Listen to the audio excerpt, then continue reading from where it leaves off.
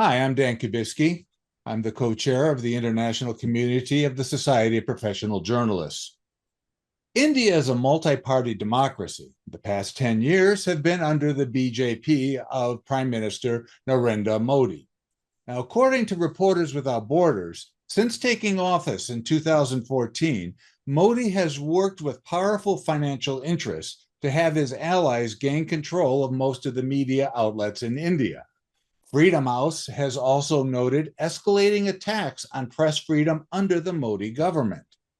They say reporting has become significantly less ambitious in recent years. Hindu nationalist campaigns aimed at discouraging forms of expression deemed anti-national have exacerbated self-censorship. And there have been raids on news offices, including the Delhi bureau of the BBC, if the news outlet is seen as hostile to the Modi government. In elections earlier this year, the BJP failed to earn a majority in the parliament, forcing Modi into a coalition government. So we are wondering, with this new arrangement, force changes in the attitude toward the press, or will it be with business as usual? With me is SUSMITA Majumdar, and she's worked 8 years in Northeast India as a journalist and is now pursuing a master's degree at William Patterson University in New Jersey. Susmita, welcome. Thanks for having me. But before I get to my first question, I have to say I want to thank you very much for agreeing to do this. I've wanted to do something about the India media landscape for some time. I've reached out to maybe half a dozen journalists in India. Some said, yeah, I'll get back to you, and then ghosted me, and others never replied. So I'm very happy that you agreed to do this and to be part of the SPJ International Community Of course. IC Shorts. Of course.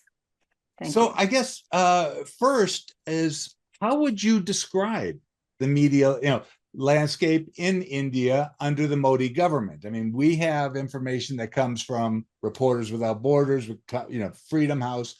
As a journalist who's worked in India and as someone who keeps an eye on such things, I'd like to get your perspective. Well, so right now, as per the data, India's rank is 159th in the Press Freedom Index out of 180 countries. So it's not a pleasant thing after all. And as a reporter, it's very common that a media is publishing something, and after a while, it is again deleting that news. So there is a self-censorship, which you said. So there might be a threat, and I think that type of attacks have been increased in the past recent years, and the media are now divided into two streams, and most of them are the mainstream, which are using the voice of the government. And it has become evident that criticizing the government is often considered as criticizing the nation. So labeling the journalist as anti-national has turned very easy, and there are social media trolls and all. So it's a set, like propaganda machinery against the journalist.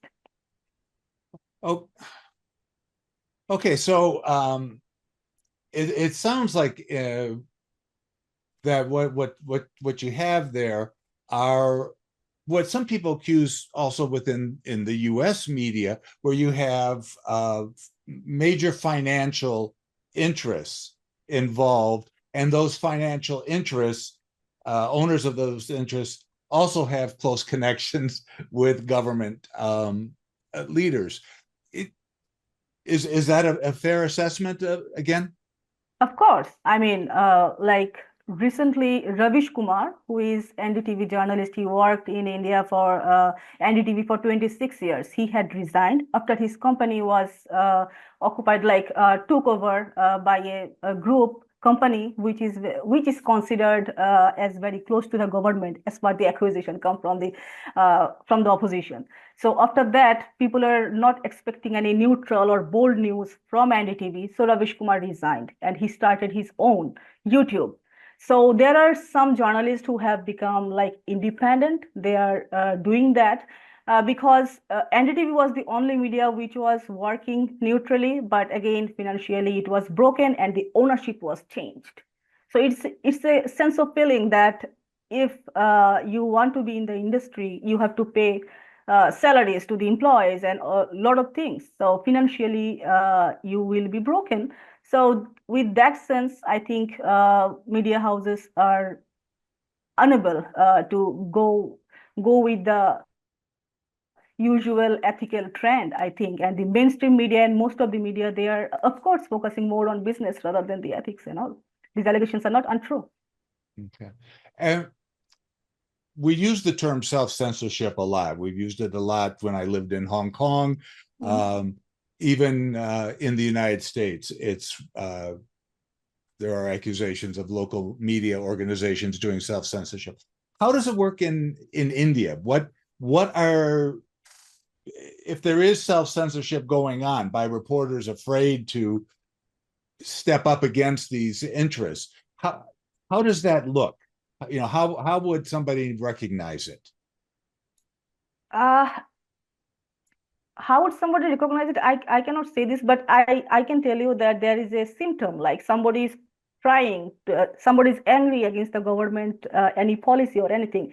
They are typing on social media, they will write something. Then immediately they will go to the backspace and they will decide, I'm not going to publish that because I'll be in problem. That sense.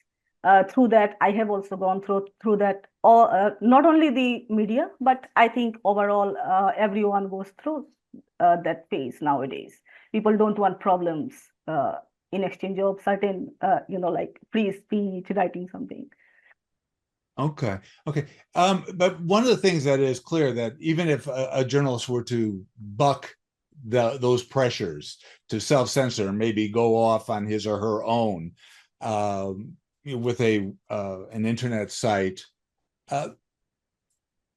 there are threats against journalists, I understand, but unlike places like China, Russia, and even Mexico, India does not have this reputation of being violently hostile and physically hostile to journalists. But there have been some killings. There have been a lot of harassment over the past few years. Have you seen any difference in change? Have you seen any changes for the good or bad in the way journalists are criticized by the media or by the government? I'm sorry. Yeah, I mean, murders of journalists happened, but it's not like China, not like Russia yet. So when Gauri Lankesh was killed, even in my state, like Shantanu Bhomik was killed, the justice system, it is usually slow. It went, but the accused are getting arrested. So it's not like that someone is like like disappearing. But yes, they may be disappeared financially. They may be disappeared with a lot of court cases filed against them. And how many cases you will face? And like in Manipur, there was a journalist. He was jailed for like 12 months because there is a law like NSA. So you are anti-national because he posted something against one of the political leaders, and he was jailed in the NSA Act, and he came out after 12 months because that law is like that. So that kind of thing is there. India is a very big country, plus oppositions are strong right now. And so it's not so easy as China, and nobody wants India to become a China and Russia, of course. So basically, you have a very strong rule of law in India. Yeah, like rule of law is there. Of course, there are disturbances, but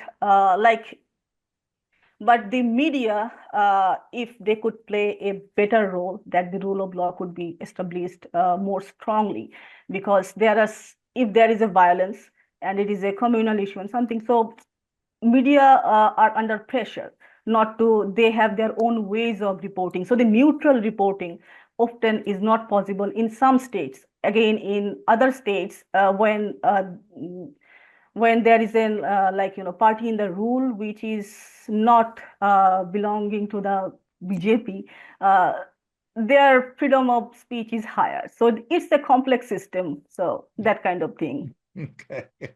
Yeah, I can understand that. Even when I'm talking to you, I'm taking a huge risk, but thanks for having me, of course. So, now you've been in the US about a year and a half now, something like that. Uh, I'm sure you've had a chance to observe our system and the way our media operates. What kind of comparisons, good and bad, would you draw between the way journalism is practiced in India and the way journalism is practiced in the United States? So it's like in the US also it has divided. Like one is left wing, another has turned right wing, extreme left wing or right wing, and it's not always a good sign. But there are certain media they are still neutral, trying to work in that way, and that is very much visible in India also. Like either this side or that side. Especially like from 2014 to 15, 16, that was either left or right. So that's something. But what is good about the United States is that they are fearless. Like Indian media, they have been also criticizing or mocking like Joe Biden on his age, on his various activities. But can they ask the same question to Narendra Modi? They may not. So uh, there is a difference. Right. And Okay. I believe in democracy, attack on even on your rivals is attack on everyone. So it should be stopped immediately. Otherwise, any country will gradually become like dictator or something. Okay. Now you're working on a master's degree. What do you plan to do after you graduate? I will be in journalism in wherever I am in India, in US, wherever I am, but I will be connected to this field in this field. That's all. Good. It's always good to hear that we have people coming into the I business. can just fit in other professions. I don't know why. And finally, I just want to congratulate you. I noticed in your note to me that you were elected vice president for your campus chapter of the SPJ. Yes. We always encourage SPJ chapters on campuses and in communities, and so and for people to be involved with those chapters. So congratulations on your new position. No, thank you. I mean, William Patterson University's SPJ, even though I'm an international student, they have given me this position. It's really also last year they gave me a Maltese award based on like it was for excellent dedication to journalism. So being a part of WP SPJ is a great feeling.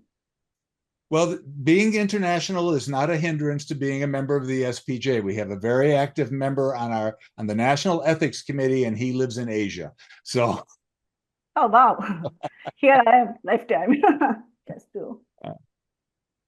um, and just to let you know that if there's anything that the international community can do to help you with your chapter with programming, please let us know. Oh, We'll thank you be so there much. for you. Been talking with SUSMITA Majumder, an Indian journalist, currently working on a master's degree in New Jersey. Thank you very much for your time and for your insights to what's going on in India. I hope we can call on you again as more things develop. Of course, thrilled. Thank you so much, Dan.